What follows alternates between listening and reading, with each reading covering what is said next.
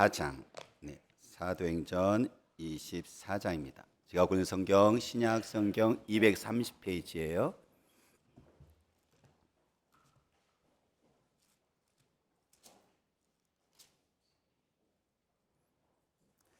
사도행전 24장 10절에서 23절까지 저와 여러분들이 돌아가면서 같이 읽도록 하겠습니다. 제가 먼저 24장 10절 말씀 제가 먼저 읽겠습니다. 총독이 바울에게 머리로 표시하여 말하라 하니 그가 대답하되 당신이 여러 전부터 이 민족의 재판장 된 것을 내가 알고 내 사건에 대하여 기꺼이 변명하나이다.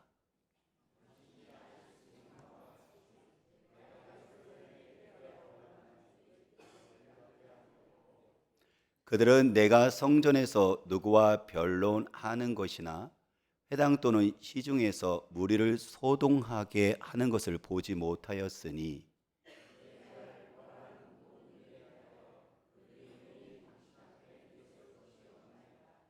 그러나 이것을 당신께 고백하리이다. 나는 그들이 이단이라 하는 도를 따라 조상의 하나님을 섬기고 율법과 선자들의 글에 기록된 것을 다 믿으며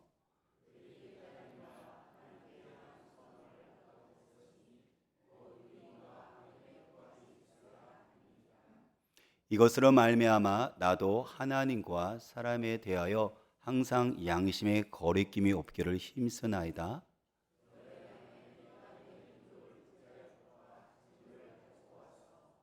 드리는 중에 내가 결례를 행하였고 모임도 없고 소동도 없이 성전에 있는 것을 그들이 보았나이다. 그러나 아시아로부터 온 어떤 유대인들이 있었으니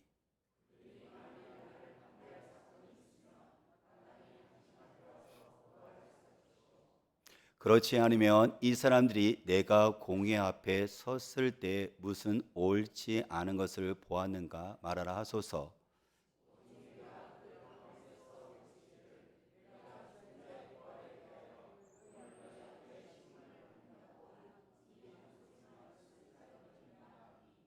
벨릭스가 이 도에 관한 것을 더 자세히 아는 고로 연기하여 이르되 천부장 루시아가 내려오거든 너희 일을 처결하리라 하고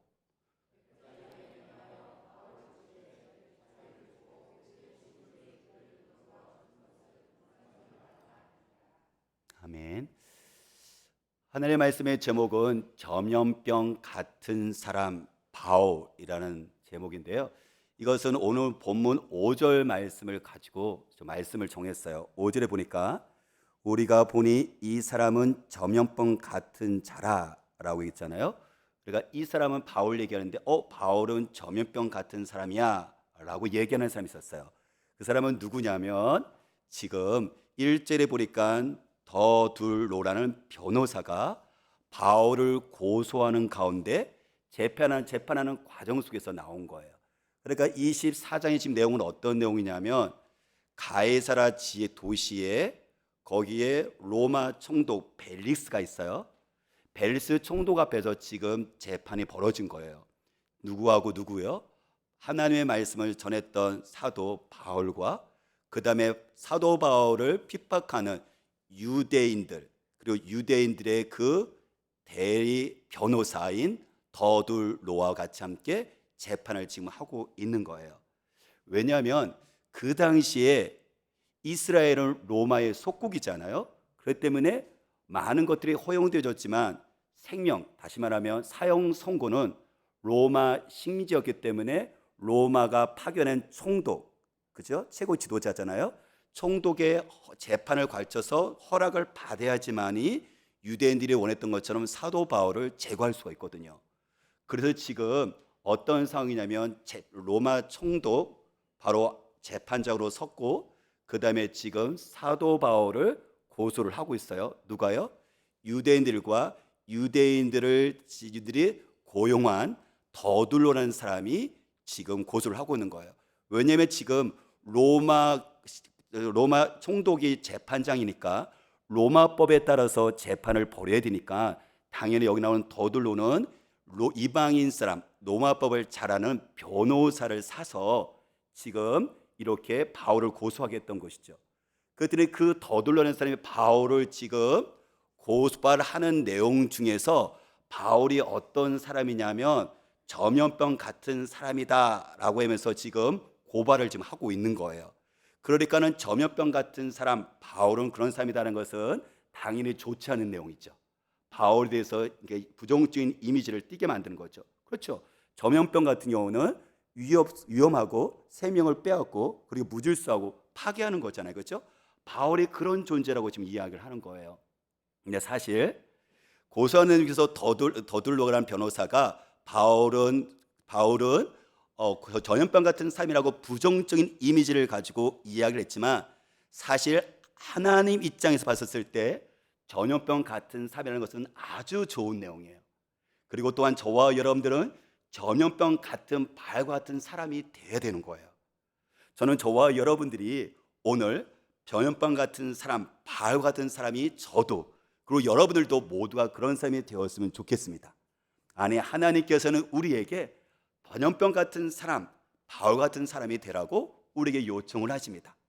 그러면 바울은 도대체 어떤 사람이기 때문에 전염병 같은 사람이라고 사람들은 그렇게 변호사했던 그 사람은 고발하고 있을까요? 바울은 어떤 환경이 주어지게 되어진다면 전도할 기회로 삼아요. 그렇죠. 우리가 전염병은 만나기만 하면 이게 옮겨지잖아요. 그렇죠? 그래서 바울은 사람들을 만날 때마다 어떤 사건이 있을 때마다 어떤 장소가 있을 때마다 예수는 그리스도십니다 라는 것을 복음을요 전도할 기회로 그것을 사용을 해요. 오늘 상황이 지금 어떤 상황이냐면 방금 제가 얘기했던 것처럼 재판을 받는 과정이에요. 누가요?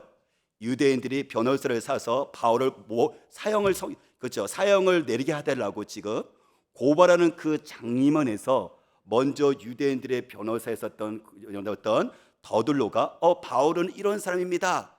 바울은 전염병 가진 사람에 속에서 유대인 사회를 전에는 평화로웠었는데 지금은 저 사람 때문에 우리가 무질서하게 됐었고 뿐만 아니라 지금 저 사람 때문에 우리들의 그 성전도 더럽혀지고 있습니다. 그 때문에 저 사람은 정치적인 이유나 아니면 종교들이나 바울은 당연히 사형을 쳐야 됩니다.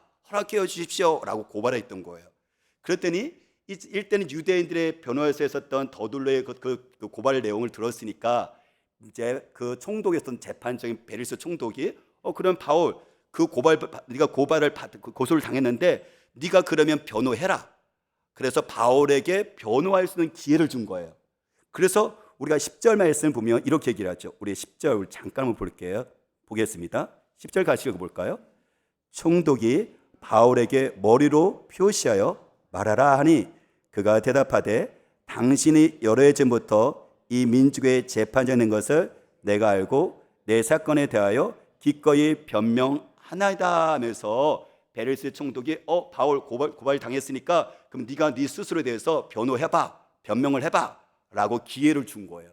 그랬더니 바울이 이 기회를 받았어요. 그렇죠? 근데 바울이 이 기회를 가지고 어떻게 하냐면 전도하는데 예수가 그리스도십니다라고 자기를 변호하는 그 순간에 지금 공개적으로 되면 예수가 그리스도입니다라고 총독 앞에서 자기를 또한 핍박하는 유대인들 향해서 전도의 기회로 사용을 하고 있다는 거예요. 여러분, 우리는 이것을 보면서 전염병 같은 사람 바울은 그렇구나. 그는 기회가 있을 때마다 자기가 주어지는 환경 속에 심지어 재판을 받고 있는 그 상황조차도 예수가 그리스도인 것을 전도하는 기회로 삼고 있는 사람이니까 정말 그는 전염병 같은 사람일 수밖에 없는 거죠. 하나님께서는 우리에게 요청을 하십니다. 바울과 같이 바울은 훌륭한 사람이구나 그런 사람이라고 그치는 것이 아니라 저와 여러분들에게도 바울처럼 우리가 어떤 환경 속에 있을 때 그 기회를 충분히 활용해서 예수의 복음을 전하라고 우리를 요청을 하십니다. 저는 이것을 생각을 하면서 저 자신의 삶을 돌아봤어요. 그러면 나에게 주어진 환경 속에서 나는 과연 다른 사람들에게 예수의 복음을 전할 수 있는 기회로 활용하고 있는가라고 생각했을 때 조금 창피했었지만 저는 현재보다도 옛날에 어떤 일이 좀 생각나더라고요. 왜냐하면 저는 지금 목사지만 제가 전에는 군목이었었거든요. 군목이라는 것은 남자가 군대를 갔을 때 공식적으로 시험을 봐서 합격을 해서 군대 복무를 군대 목사로 군종장교로 가는 거예요. 그러니까 저는 그때 목사였지만 동시에 군복무라는 직업이 저는 군종장교인 거예요. 그때 그 시절을 보니까 저는 이 기회를 충분히 활용했었어요. 한 예를 들면 1996년도에 제가 백령도를 갖게 되었었어요. 첫 부임지가 되는 거예요. 백령도 같은 경우는 바로 북한이 보여요. 우리가 38도 선이면 38도 위에 한참 올라갔어. 인천에서 4시간으로 쇠독정을 타고 올라가요. 그러면 그것이 백령도인데 우리 공군의 입장에서 봤을 때는 거기가 전방 개념인 거예요. 근데 바로 북한이 앞에 보여요. 그때 심지어 군생활을 오래 했던 분들도 그 백령도 오기를 너무 싫어해요. 왜냐하면 가족과 다 헤어져야 되니까. 그리고 거기 같은 경우는 너무 육지하고 머리를 떠있으니까 정말 외로운 땅, 외로운 섬이거든요. 근데 제가 첫 부임지로 제가 거기를 간 거예요. 그랬을 때 저는 어떻게 썼었냐면 그 기회를 충분하게 활용했어요. 군종 장교이니까는 군대 사기가 중요하잖아요. 정신 교육을 제가 담당하잖아요. 그러면 신병들이 매달마다 들어와요. 그러면 신병들이 들어오면 저에게 와서 보고를 하거든요. 이렇게 온 거에 대해서. 그러면 저는 어떻게 하느냐면 먼저 라면을 끓여줘요. 오늘 군대에서 라면 기가 막힙니다. 그것도 컵라면이 아니라 정말 라면을 끓이는 거예요. 같이 함께 제가 이렇게 교회에서 라면을 끓여주면서 같이 함께 먹어요. 아이들은 처음에 눈치를 보죠. 낯선 환경이니까. 근데 라면을 끓여주고 군대 생활을 어떻게 해야 되는지도 쭉 얘기해 주면서 너희가 너무 염려될 텐데 걱정하지 마. 제가 얘기를 하거든요. 그리고 뭐라냐면 쨍하고 해뜰 날이 있단다 라고 얘기를 해요. 물론 그러면 아이들은 눈이 번쩍 정말 쨍하고 떨어져요. 아, 군대 생활이 이제 언제 끝나나 생각했는데 쨍하고 해뜰 날이 있구나. 내가 제대할 날이 있구나라고 소망을 갖게 되죠. 그렇게 얘기한다면 저 같은 경우는 매주 금요일만 되면 제가 커피하고 초코파이를 들고 제가 근무장과 소소를 방문하기 시작해요. 군대에서 초코파이는 정말 기가 막힙니다. 물론 요즘은 햄버거를 줘도 잘 안 먹는데요. 정말 MZ세대는 정말 못 말립니다. 근데 그 당시만 할지라도 달콤한 거, 그저 단 거, 초코파이는요 최고 인기 있는 어떤 과자였었어요. 그러면 제가 초코파이를 들고 근무장을 다 돌아온 다음에 초소가 한 7개 되는데 산 위에 올라가고 다 초소마다 방문해서 커피와 그리고 초코파이를 건네주고 그냥 오는 것이 아니라 아이들 이야기를 다 들어줘요. 너무 외롭잖아요. 힘들잖아요. 그렇죠? 소수에서 둘이 앉아서 보초 쓰면서 제가 이야기를 계속 들어줘요. 그러면 아침에 저녁도 7시 올라가면 새벽 5시, 6시에 하루 밤을 새고 오는 거예요. 그렇게 하고 일주일에 한 번씩은 체육하는 날이 있거든요. 그러면 가서 아이들과 같이 함께 공을 같이 차요. 운동만큼 같이 공감대 형성을 마음을 열 수 있는 기회가 없거든요. 그리고 점심때는 거기에 대대장님이 되신 분이 탁구를 너무 좋아해서 식사한 다음에 대장님과 같이 함께 탁구를 쳐요. 그래야지만 제가 군종장교로서 해야 할 일들을 여러분들 보고하면서 많은 것들 도움을 얻을 수 있거든요. 제대를 하는 사람들은 마음이 불안해요. 어떡하지? 이제 군대 끝났는데 불안하죠, 미래가. 그러면 그러니까 천자문이나 아니면 영어 단어책을 가지고서 아이들에게 그 선임들에게 외우게 해요. 그리고 같이 함께 제가 같이 함께 도와줘요. 이런 일들 쭉을 하면서 이렇게 섬겼는데 한 3개월 지나고 나니까 제 마음 가운데 성령께서 주시는 마음에 이런 감동이 있었어요. 하나님께서 이렇게 말씀하시는 것처럼 느껴졌어요. 재문아, 언제까지 초코파이 돌릴래? 언제까지 초코파이 계속 나눠줄래? 하나님은 저에게 뭐냐면 이제 용기를 가지고 이제 말하라라고 저에게 초청을 하라고 저에게 말씀하셨던 것이었어요. 그래서 저는 그 다음부터 저는 가서 이야기했습니다. 왜냐하면 우리가 예배를 같이 드리자 하면서 교회로 초청하기 시작했었고 신병들이 오면 라면만 끓여주는 것이 아니라 그 다음부터 사형리로 복음을 제시하기 시작을 했어요. 여러분들 그래요. 저에게 있어서는 그 군종장교라는 거, 그 직업과 그리고 신병들이 왔었을 때 사람들이 외로웠었을 때 그거를 그 환경을 충분하게 활용해서 예수의 복음을 전할 수 있는 기회로 하나님께서 함께 하셨다는 겁니다. 사랑하는 여러분, 그러면 저와 여러분들에게 한번 물어보십시오. 저와 여러분들에게는 주어진 환경들이 있을 거예요. 그것이 여러분들의 직장이든 그것이 일터든 그것이 여러분들의 그것이 가게든 그것이 식당이든 아니면 그것이 여러분들 학교든 여러분들이 또한 이 모양 저명으로 여러분들 갖고 있는 지위와 위치들이 있었을 거예요. 그러면 여러분들이 그 환경을 가지고 여러분들은 예수가 그리스도라는 그 복음을 전하는데 활용을 하고 계신가요? 직장은 직장이고 교회 생활은 교회 생활이라고 여러분들이 혹시라도 그렇게 먼저 단정 지어지고 여러분들의 삶의 현장 속에서 그 주어진 환경을 가지고 예수의 복음을 전하는 것으로 활용을 안 하고 있는 것은 아닐까요? 아니, 상관없다고 생각하는 것은 아닐까요? 아니요. 바울은요, 그 모든 주어진 환경, 심지어 자기를 변호하는 그 순간에도 예수 그리스도라는 것을 복음을 전합니다. 여기서 그치는 것이 아니라 지금 우리가 24장을 봤잖아요. 25장은 2년 후에 벌어진 일인데, 지금 로마 총독이 벨릭스인데요, 2년 후에 후임이 온 거예요. 새로운 총독이 왔죠, 그렇죠?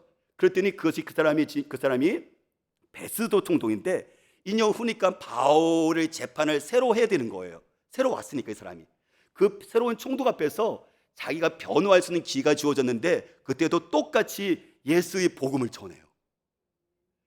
26장은 어떤 사건이냐면, 26장은 그 당시에 유대인의 왕 헤롯 왕가의 후손인 아그리파 왕이 새로운 로마 총독이 왔으니까 인사하러 와야 되잖아요, 그렇죠? 그래서 그 베스도 총독을 만나면서 인사하는데, 베스도 총독이 얘기하는 거예요.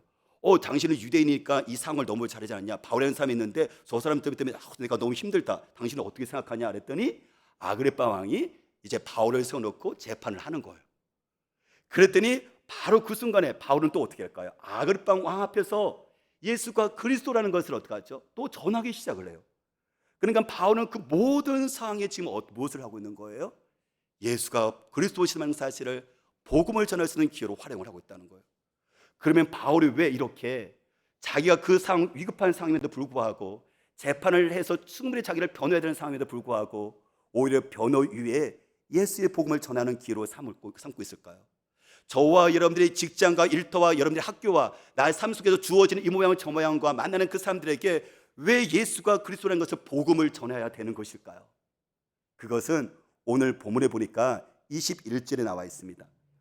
21절 우리가 같이 함께 우리 읽어보도록 하겠습니다. 21절 있습니다. 오직 내가 그들 가운데 서서 외치기를 내가 죽은 자의 부활에 대하여 오늘 너희 앞에 신문을 받는다고 한 이 한 소리만 있을 따름이다 하니 이랬습니다. 그 이유는 뭐냐면 죽은 자의 부활 때문입니다. 죽은 자의 부활 때문에 그러겠습니다. 죽은 사람이 다시 살아난다는 여러분들 이 복된 소식 때문에 바울은 자기가 재판받는 이 과정들의 모든 사건들을 통해서 사람들에게 지금 이 소식을 지금 이야기를 하고 있는 거예요. 여러분들 그렇습니다. 지금 바울에게 있어서는 지금 자기 앞에 있는 총독도 죽을 거예요. 그리고 자기를 고소하는 유대인들도 죽음의 공포 속에서 그들도 권세 속에서 그들도 풀려나지 못할 거예요. 아니, 총독이든 유대인이든 이방 사람이든 모든 사람들은 어떻게 하죠? 죽음의 권세 앞에 모든 사람들은 두렵습니다. 죽음을 이길 수 있는 사람이 누가 있습니까? 로마 총독이 이름들 그렇죠. 로마라는 군대를 가지고 지금 이스라엘을 지금 앞잡고 있고 모든 걸 통치하고 있지만 죽음 앞에서는 로마 총독 한순간에 모든 것들을 잃어버리는 거예요. 그렇죠. 세상에 권세를 잡은 사람도 지식이 똑똑한 사람도 여러분들 죽음을 이길 수 있는 그 지식과 죽음을 이길 수 있는 그 권력과 죽음을 이길 수 있는 여러분들 그 능력이 어디 있단 말입니까? 근데 지금 바울은 지금 무엇을 알고 있는 거예요? 죽은 자의 부활. 예수 그리스도를 믿게 되어진다면 죽은 자가 다시 살아난다는 이 부활 사실을 그는 알고 있고 그것을 경험을 했기에 지금 여러분들 그 자신이 주어진 그 환경 속에서 최선을 다해서 지금 이것을 전하고 있는 거예요. 요한복음 11장 25, 26절 보면 성경은 이렇게 말합니다. 나는 부활이요 생명이니 나를 믿는 자는 죽어도 살겠고 무릇 살아서 나를 믿는 자는 영원히 죽지 아니하리라. 여러분 그렇습니다. 예수님이 생명이시고 부활이거든요. 근데 요한복음 11장에는 어떤 사건이 벌어지냐면 예수님이 사랑하는 그리고 예수님을 또 사랑하는 바로 나사로가 죽은 거예요. 청년이 죽은 거예요. 그래서 예수님께서 그 죽은 나사로에게 와갖고 만져주셨고 죽은 나사로가 다시 살아납니다. 죽은 자가 다시 부활합니다. 왜요? 예수님이 생명이시니까.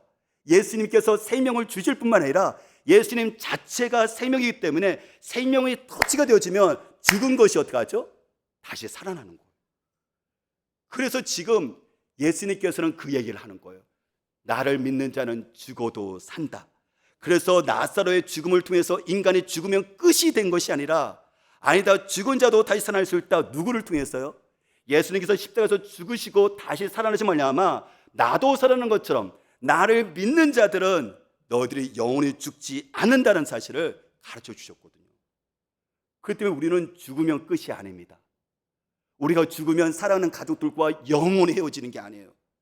우리가 죽게 되어진다면 내 사랑하는 가족을, 여러분들 그렇죠, 원수인 죽음이 철저하게 분리시켜서 보고 싶어도 보지 못하게 만드는 것이 죽음의 원수 대적인데, 우리는 그 죽음의 대적을 이길 수가 있어요.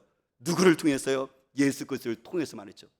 그때 우리는 사랑하는 가족과 헤어지지 않습니다. 사랑하는 가족을 다시 만납니다. 그리고 우리는 영원토록 삽니다. 여러분들, 이 능력이 세상의 종교가 줄 수 있습니까? 아니요. 다른 종교, 불교, 유교, 그 다음에 많은 종교들이 좋은 종교지만 죽은 자의 부활을 여러분들 이야기하지 않습니다. 세상에 수많은 철학들과 지식들이 있고 사상들이 있지만, 이 땅에서 뭔가 사람들이 유익하게 하는 사상들과 이데올로기 있지만, 죽은 자의 부활의 그 능력을 여러분들 확신시키는 여러분들 그 지식과 사상은 절대 없습니다. 그렇기 때문에 지금 사도 바울은 이 총독 앞에서, 자기를 고소하는 자 앞에서, 모든 사람이 결국은 죽음의 공포 속에 있는 사람들 앞에서 바울은 그것을 알기에 죽은 자의 부활을 이야기를 하고 있는 거예요. 그런데 이 부활의 신학은 지금 저편의 존재의 소망을 이야기할 뿐만 아니라 현재 이 땅에서 살고 있는 여러분들 이곳에도 소망을 이야기를 하고 있다는 거예요. 그것이 아까 요한복음 11장 25, 26절 보니까 나는 부활이요 생명이니 나를 믿는 자는 죽어도 살겠고 무릇 살아서 나를 믿는 자는 영원히 죽지 아니하라 했거든요. 그 때문에 저와 여러분들이요, 예수를 믿게 되어진다면 생명 되신 예수님께서 내 안에 계시잖아요. 그렇죠? 나와 함께 이제 동행하시는 거잖아요. 그러면 어떻게 되죠? 내 삶 가운데 죽을 것 같은, 여러분들 넘어질 수밖에 없는, 절망할 수밖에 없는, 어둠밖에 없는, 내일을 꿈꿀 수 없는, 정말 그야말로 죽음 자체인 거예요. 인생이 끝난 거예요. 그런데 다시 살아나요. 다시 소망이 일어납니다. 왜요? 그렇죠. 생명과 부활하신 예수님이 내 안에 계시니까 다시 일어서는 거예요. 그때 부활의 능력은 어떻게 되는 거죠? 저 편에 있는 그 존재의 소망도 얘기하지만 이 편에 있는 이 땅에서의 어떻게 하죠? 소망도 우리에게 여러분을 보장하고 있는 것이 바로 예수 그리스도의 죽은 자의 부활을 얘기하고 있거든요. 저는 이것을 보면서 한 사람의 그 간증이 생각났어요. 여러분들이 주보에 보시면 여기에 이렇게 박선희 성도님의 간증, 그래서 1 이렇게 나와 있잖아요. 그렇죠? 박선희 성도님 못 보셨나 보네요. 네네네. 지금 놀래고 있습니다. 네네. 이것은 7월 2일 날 맥주 감사절 때 이렇게 남편하고 같이 세례를 받았을 때 그때 간증했던 내용이에요. 근데 제가 그것을 달래가서 해갖고 제가 지금 이렇게 첫 번째를 치는 거거든요. 다음 주에 이제 2번이 이렇게 나와요. 근데 저는 이것을 보면서 예수 믿는 것이 이렇게 행복한 거구나, 예수 믿는 것이 이렇게 가장 복된 것이고 잘된 것을 저는 이 간증을 통해서 다시 확인하게 되었어요. 그렇죠. 그때 박선희 성도님이 이렇게 간증을 시작을 합니다.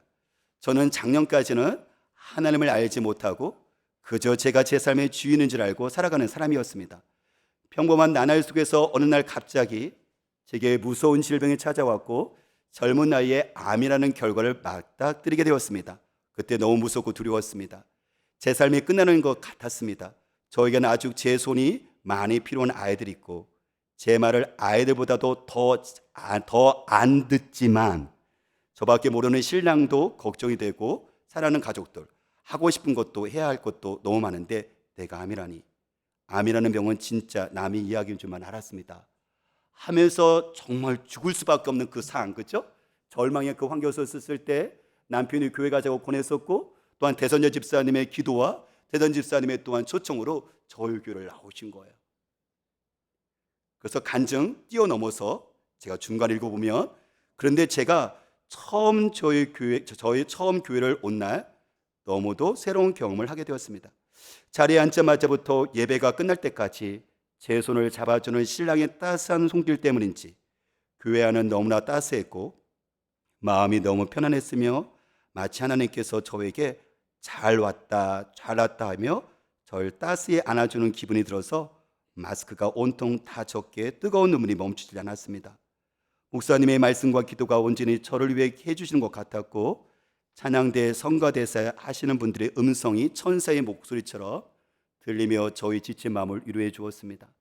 처음 왔지만 반갑게 맞아주시는 처음 뵙는 장로님, 권사님, 집사님들과 성도님께도 너무 감사했습니다. 그날 느꼈습니다. 나를 이곳에 부르시는 주님의 계획이 있었다는 걸요. 네, 또 다시 넘겨서요. 그다음에 이제 마지막 제 부분을 제가 읽을게요. 목사님, 사모님, 장로님, 권사님, 온 세대 모든 성도님들은 우리는 참으로 행복한 사람입니다. 우리는 하나님을 알고 의지하고 기도하고 사랑하는 사람들이니까요. 우리 모두가 하나님의 자녀로 우리는 한 가족이라고 했으니 덕분에 이렇게 좋은 분들을 가족으로 알게 되어 이 또한 너무 기쁩니다.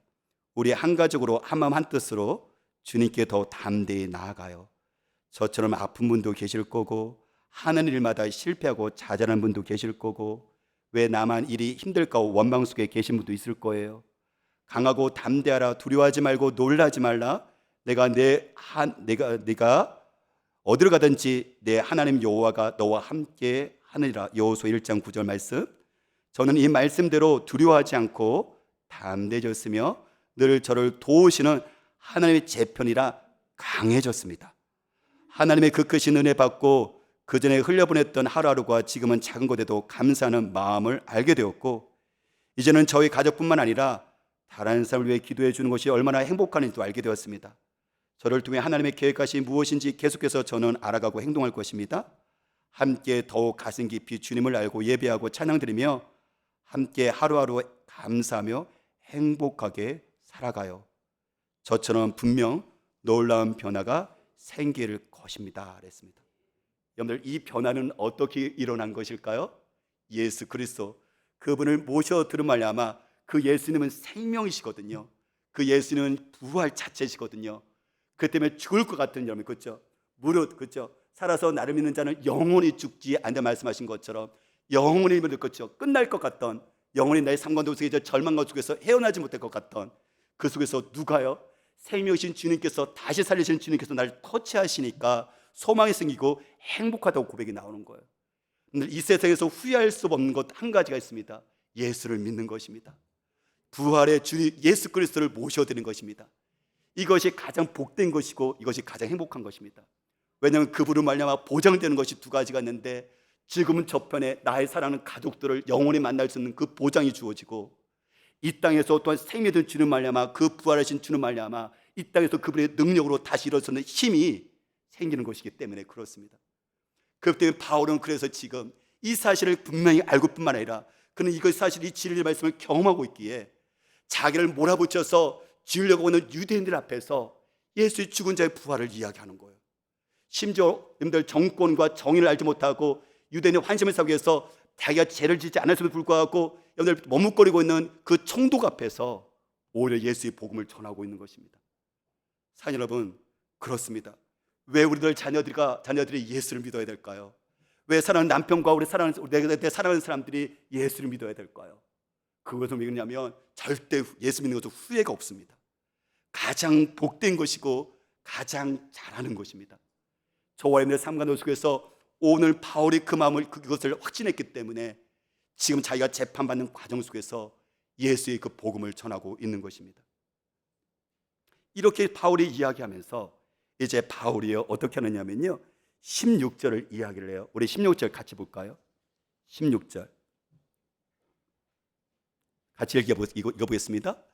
이것으로 말미암아 나도 하나님과 사람에 대하여 항상 양심의 거리낌 없기를 힘쓰노라 했습니다. 보세요.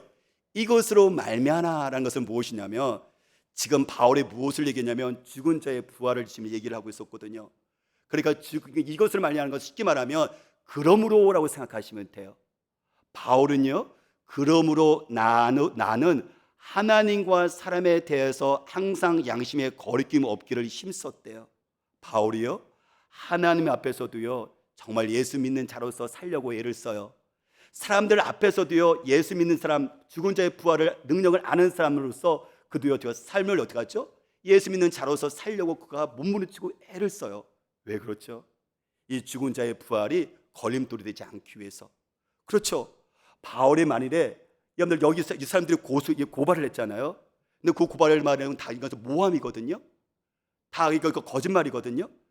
근데 그 고발 내용이 뭐냐면 크게 두 가지예요. 어떤 것이냐면 이 바울을 말미암아 우리 유대세가 평안했었는데 바울을 말미암아 우리가 무질서하게 되었었고 막 사람들이 소요가 일어나기 시작했었고 그리고 사람들에게 폭동이 일어날 것 같다 라고 고발을 한 거예요. 또 한 가지는 어떤 내용을 고발했었냐면 바울은 성전을 모독하고 더럽히는 사람이다. 그렇기 때문에 우리가 너무 괴롭다라고 거짓 고발을 했거든요. 근데 바울은 뭐라고 얘기하면 나는 하나님과 사람 앞에서 어떻게 하죠? 양심의 꺼리낌이 없기를 힘썼대요. 여러분들 그렇습니다. 만일에 바울이요 어떻게 하죠? 성전을 모독했거나 뿐만 아니라 어떻게 하죠? 아까 말한 것처럼 사람들에게 무질서하고 사람들에게 또한 이렇게 사람들에게 있어서 폭동을 일으키는 사람들을 선동하는 여러분들 글을 냈었다면 바울은 죽은 자의 부활을 담대히 전할 수가 없어요. 왜냐하면 사람들은 조롱했겠죠.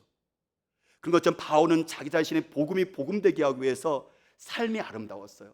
하나님에 대해서 꺼리낌이 없었고 사람들 앞에서 어떻게 하죠? 양심에 꺼리끼는 일들을 절제하고 애썼습니다. 그래서 바울은 그 얘기를 지금 하고 있는 거예요. 그래서 바울이 얘기하죠. 한번 보십시오. 나는 지금 유대에서 지금 왔는데 나는 지금 저 위에서 이곳에 왔는데 당신들이 내가 유대사회를 지금 평화를 깨고 있다고 생각한다면 내가 지금 이곳에 온 이유는 뭐냐면 예루살렘의 가난한 사람들을 위해서 굶어 죽는 사람들을 위해서 기근이 나가고 굶어 죽는 사람들을 위해서 내가 지금 구제 헌금을 모아서 왔는데 그래서 그걸 나눠줬는데 내가 지금 유대 사회를 해치는 사람입니까? 그러니까 저들이 지금 고소하는 내용은 거짓된 겁니다 라고 얘기를 하는 거예요. 그런데 어떻게 하죠? 그는 양심에 꺼리끼지는 않습니다. 담대한 거예요. 그리고 보십시오. 내가 지금 성전을 더럽힌 자입니까? 내가 일주일 동안 그럴 필요가 없었지만 성전 정결 예식을 행하고 그 다음에 비용까지 예물까지 대갖고 내가 지금 이렇게 내가 그래서 성전에서 일주일 동안 내가 조용히 예배했던 사람입니다. 내가 성전을 모독하는 사람입니까? 양심에 꺼리낌이 없습니다라고 담대히 얘기하는 거예요. 그렇죠. 여러분들 그렇습니다. 그 때문에 저와 여러분들의 삶과 속에서 저와 여러분들의 삶이 아름다워야 되는 이유가 무엇이냐면 가정에서 직장과 일터와 그리고 우리 삶 가운데 속에서 양심의 꺼리낌이 없도록 삶이 아름다워지는 이유가 있다면 그건 뭐냐면 내 복음이 복음되기 위해서 말입니다. 사도 바울은 그것을 얘기하고 있었어요. 저는 종종 고민하는 게 있어요. 그게 뭐냐면 제가 복음을 전한 것이 이 복음 자체가 능력이지만 여러분들의 삶의 현장 속에 직장으로 돌아가요. 가정으로 돌아가요. 일터로 돌아가고 사회로 돌아갑니다. 과연 근데 그것 속에서 변화가 일어나고 있을까? 이게 고민되져요. 그런데 안타깝게도 충분히 짐작할 수 있습니다. 교회는 교회인 거고 일요일은 일요일인 것이고 직장은 직장인 것이에요. 그러니까 직장에 예수 믿는 사람들의 흔적이 없어요. 전염병은 나타나는 것인데 전염병을 어떻게 하죠? 변화가 일어나는 것인데 거기에 문제거리가 생기는 것인데 예수 믿는 내가 있는데 전혀 문제거리가 없어요. 예수 믿는 내가 있는데 거기에 전혀 변화가 없어요. 왜요? 내가 예수 믿는 걸 부끄러워하거든요. 내가 예수 믿는 것을 얘기하면 손해본다고 생각하거든요. 심지어 어떻게 하죠? 믿는 사람이나 믿지 않는 사람이나 별 차이가 없어요. 더 지독하게 이기적이에요. 더 지독하게 내 거 챙겨요. 그러니까 어떻게 하죠? 양심에 꺼리끼는 것들이 너무 많으니까 여러분 불신앙인 자들이 예수 믿지 않는 사람들이 어떻게 하죠? 우리가 예수의 복음을 얘기할 수가 없는 거예요. 왜요? 나나 너나 심지어 나보다 더 지독하게 삶이 엉망이니까 욕심쟁이니까 이기적이니까 늘 그런 모습들이 우리가 갖고 있는 것은 아닐까요? 근데 저는 이 말씀을 읽으면서 저에게도 많이 도전됐어요. 바울은 예수님 때문에 정말 많은 어려움을 당하고 있구나. 바울은 예수님 때문에 재판을 받고 또 받고 있구나. 바울은 예수님 때문에 억울하게 유대인들에게 고발당하고 유대인들에게 지금 핍박당하고 지금 조롱을 당하고 있구나. 바울은 예수님 때문에 굶주리고 있구나. 바울은 예수님 때문에 매를 맞고 있구나. 바울은 예수님 때문에 편안한 장소가 아니라 동굴 속에 자고 있구나. 바울은 예수님 때문에 그는 도둑들에게 쫓기고 있구나. 바울은 예수님 때문에 모함을 받고 손해를 받고 있구나. 근데 저는 예수님 때문에 모욕을 받은 적이 없거든요. 못 참거든요. 저는 예수님 때문에 어떻게 하죠? 수치를 당한 적이 거의 없거든요. 예수님 때문에 저는 편안한 곳에 어떻게 하죠? 좀 힘든 곳에 잔 적이 별로 없거든요. 여러분들은 어떻습니까? 예수님 때문에 여러분들 그 어려움을 당해본 적이 있으십니까? 예수님 때문에 모욕을 당해본 적이 있으십니까? 여러분들 직장에서 내가 주제될 그 권리가 있을 때 예수님 때문에 그 권리를 포기해 본 적이 있으십니까? 예수님 때문에 내 삶이 기꺼이 돼서 내가 뭔가 다른 사람들에게 양보해 보신 적이 있으십니까? 근데 그렇지 않다는 거예요. 예수님께서는 물과 피 모든 것들을 쏟으셨고 사도 바울은 그것을 간직해서 자기가 만나는 사람들에게 그 예수님 때문에 복음을 위해서 모든 것들을 쏟았는데, 저와 여러분들 믿는 예수님 좀 믿는 저와 여러분들은 똑같은 예수님이고 똑같은 복음이고 똑같은 성령님인데 왜 우리들의 삶 가운데는 저명 같은 사람이 되지 못하고 있을까요? 저명병이라는 것은 그곳 가운데 문제가 일어나는 거거든요. 바울 때문에 문제가 일어났어요, 그곳 가운데. 근데 나 때문에 우리 직장 일터가 아무 문제가 없어요. 나 때문에 우리 가정 가운데 뭔가 변화가 일어나지는 않아요. 그럼 복음이 잘못된 것일까요? 우리는 고민할 지점이 바로 이곳이라는 거예요. 우리 주님은 말씀하십니다. 학교와 직장과 이웃에게 저희들이 예수와 복음을 위해서, 죽은 자의 부활을 위해서, 그들에게 소망을 주기 위해서 저희들이 거리낌 없는 그 삶을 애쓰고 있는지를 묻습니다. 사는 여러분, 그렇습니다. 바울은 저명병 같은 사람이었습니다. 그로 말미암아 그는 여러분들 사람들에게 문제거리를 던졌습니다. 그 도시와 사람들의 심령 가운데 변화가 일어나기 시작했습니다. 마찬가지로 주님 말씀하십니다. 너는, 물론 그것은 고소의 내용이지만 주님은 전염병 같은 사람이 되라고 얘기합니다.